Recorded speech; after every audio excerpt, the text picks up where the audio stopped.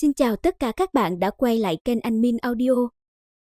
Cuối tập trước, sau khi Tần Trần nhẹ nhàng xử lý xong mấy tên võ giả của Đại Càn Vương Triều, sau đó liền buông lời nhục mạ mấy tên này, thì đã làm cho Thẩm Mộng Thần nổi giận. Thế là hắn quyết định hôm nay bản thân nhất định phải giết chết Tần Trần. Thấy vậy, Tần Trần lập tức động thủ ngay, thần bí kiếm sắc rỉ hóa thành vô số kiếm quang hướng Thẩm Mộng Thần đánh tới. Dưới thế công bất ngờ của Tần Trần, thì trong tay Thẩm Mộng Thần đã xuất hiện một thanh chiến đao. Sau đó chiến đao huy vũ, trăm vạn đao khí xuất hiện hướng phía Tần Trần đánh tới. Nhưng tất cả đao khí của Thẩm Mộng Thần khi chạm đến lớp kiếm khí của Tần Trần thì không có cách nào phá vỡ để xông qua. Thấy vậy thì Tần Trần bắt đầu sỉ nhục đối thủ. Hắn nói Thẩm Mộng Thần đường đường là thiên tài đứng đầu của Đại Càn Vương Triều, nhưng mà bản lĩnh thì cũng chỉ đến vậy mà thôi. Nghe được lời này của Tần Trần, làm cho Thẩm Mộng Thần tức đến phát điên. Thế là hắn lập tức vận chuyển huyết mạch chi lực để gia trì trên ánh đao, liền khiến uy lực của chiến đao tăng lên gấp đôi. Rồi Thẩm Mộng Thần liền chém ra một đao, theo đó đao phong giống như sóng triều điên cuồng hướng Tần Trần đánh tới. Về phía Tần Trần, đối mặt với thế công đó của Thẩm Mộng Thần, thì thần bí kiếm sắc rỉ liền vung lên, theo đó một đạo kiếm quang nhanh như tia chớp lướt vào trong biển đao của Thẩm Mộng Thần. Mà khi đạo kiếm quang này vừa lướt vào không bao lâu, thì biển đao của Thẩm Mộng Thần nhanh chóng bị chia năm xẻ bảy. Rồi sau đó, đạo kiếm quang kia từ trong biển đao bạo lướt đi ra, chớp mắt đã chém rách vạt áo của Thẩm Mộng Thần. Do thiếu chút nữa thì mất mạng dưới một kiếm kia của Tần Trần, làm cho Thẩm Mộng Thần có chút hoảng hốt cùng luống cuống chân tay, nên nhất thời chưa biết làm thế nào. Mà Tần Trần thấy vậy thì lớn tiếng nói: "Nếu ngươi chỉ có chút bản lĩnh này, thì hiện tại có thể đi chết được rồi."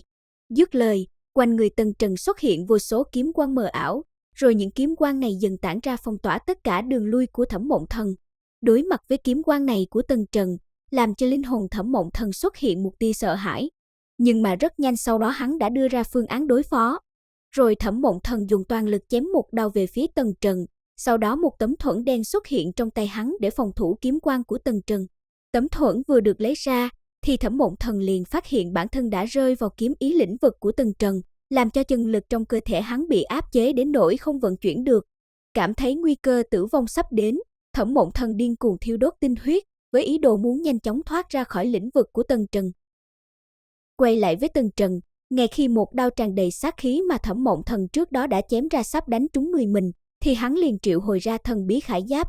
Khải giáp vừa xuất hiện, thì một đao kia của Thẩm Mộng Thần cũng chém trúng người Tần Trần.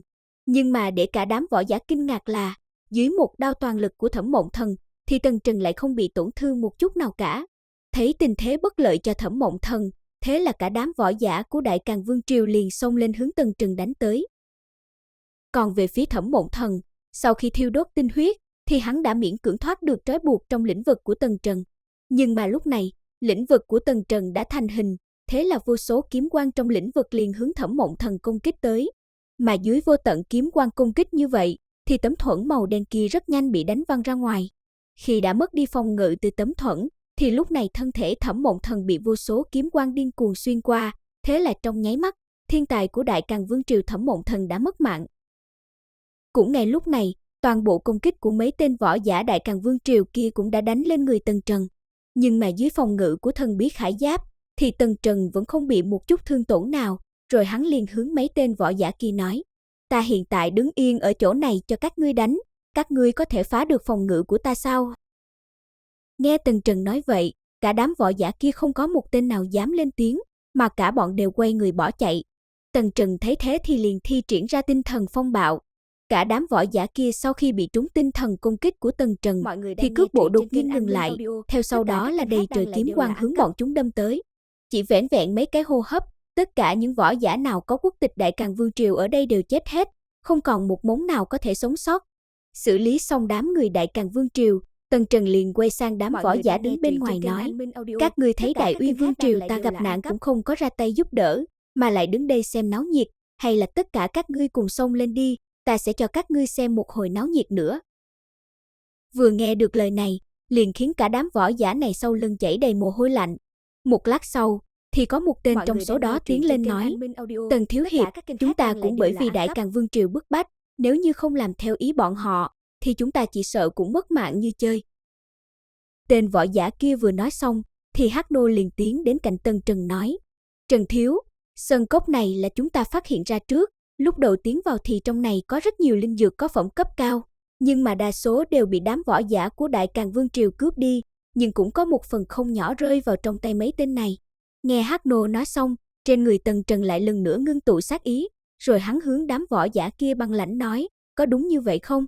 Thấy biểu hiện đó của Tần Trần, vì sợ hãi Tần Trần sẽ hạ thủ, nên tất cả võ giả ở đây đều lấy hết linh dược ra giao cho Tần Trần. Sau khi thu hết linh dược, cùng với một số tin tức về thiên ma bí cảnh từ mấy tên võ giả này, thì Tần Trần liền dẫn đám người Hắc Nô rời đi. Ngay khi đám người Tần Trần vừa rời đi, thì có một vài tên võ giả muốn ở lại đây tìm kiếm, xem có kiếm được thứ gì có giá trị không. Thì đúng lúc đó, huyết thủ vương của Đại Càn Vương Triều do cảm nhận được khí tức của Thẩm Mộng Thần, nên cũng tiến đến nơi đây. Mà mấy tên võ giả này khi thấy người đến chính là một tên vũ vương của Đại Càn Vương Triều, thì liền bị dọa cho giật nảy mình, rồi cả bọn nhanh chóng hướng hắn hành lễ. Về phía huyết thủ vương, vừa đến đây, hắn liền ngưng mắt hướng mấy tên võ giả này hỏi, mấy người các ngươi có biết Thẩm Mộng Thần đi nơi nào không? Sau một hồi, do không có tên nào lên tiếng trả lời, liền khiến cho huyết thủ vương khí sắc phát lạnh, rồi hắn tức giận quát, các ngươi vì sao không nói lời nào? Đám người Thẩm Mộng Thần của Đại Càn Vương Triều ta rốt cuộc đang ở đâu? Dứt lời, một cổ sát cơ từ người hắn tràn ra, trong nháy mắt liền trùng kích lên trên thân thể mấy tên võ giả kia, làm cho cả đám khí huyết trong người đều trở nên nhộn nhạo. Nhưng mà cả đám cũng không có tên nào dám lên tiếng, chỉ là hướng ánh mắt về chỗ sâu nhất trong sơn cốc mà thôi.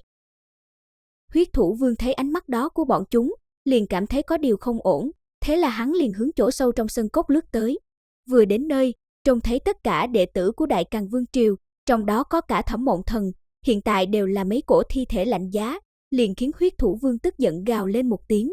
Rồi thân hình hắn chớp động thì đã xuất hiện trước mặt đám võ giả kia, sau đó hắn tóm lấy một tên võ giả, rồi lớn tiếng nói mau, kẻ nào đã giết chết đệ tử của Đại Càn Vương Triều ta?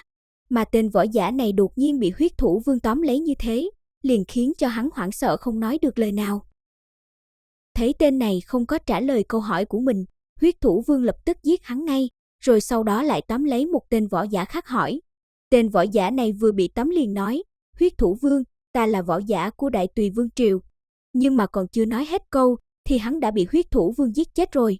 Sau đó, tên huyết thủ vương này nhìn về một tên võ giả khác hỏi tiếp.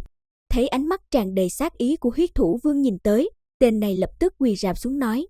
Huyết thủ vương đại nhân, ta nói, đó là Tần Trần của Đại Uy Vương Triều. Vừa nghe được lời này, huyết thủ vương liền gào lên một tiếng, sau đó hắn nhìn cả đám võ giả trước mặt băng lãnh nói. Nếu đệ tử của Đại Càn Vương Triều ta đã chết hết, vậy các ngươi còn sống làm cái gì? Lời nói vừa dứt, huyết thủ vương giơ tay lên, theo đó một hư ảnh bàn tay đỏ ngòm liền đem mấy tên võ giả bao phủ lại. Rồi chỉ nghe thấy ầm ầm mấy tiếng, thì mấy tên võ giả kia đã bị đánh thành huyết vụ rồi. Xử lý xong đám người này, thân hình huyết thủ vương liền biến mất khỏi sơn cốc. Nội dung của tập này đến đây là hết rồi. Mọi người đừng quên cho mình xin một like và đăng ký kênh, để mình có thêm động lực ra nhiều video hơn nữa nhé.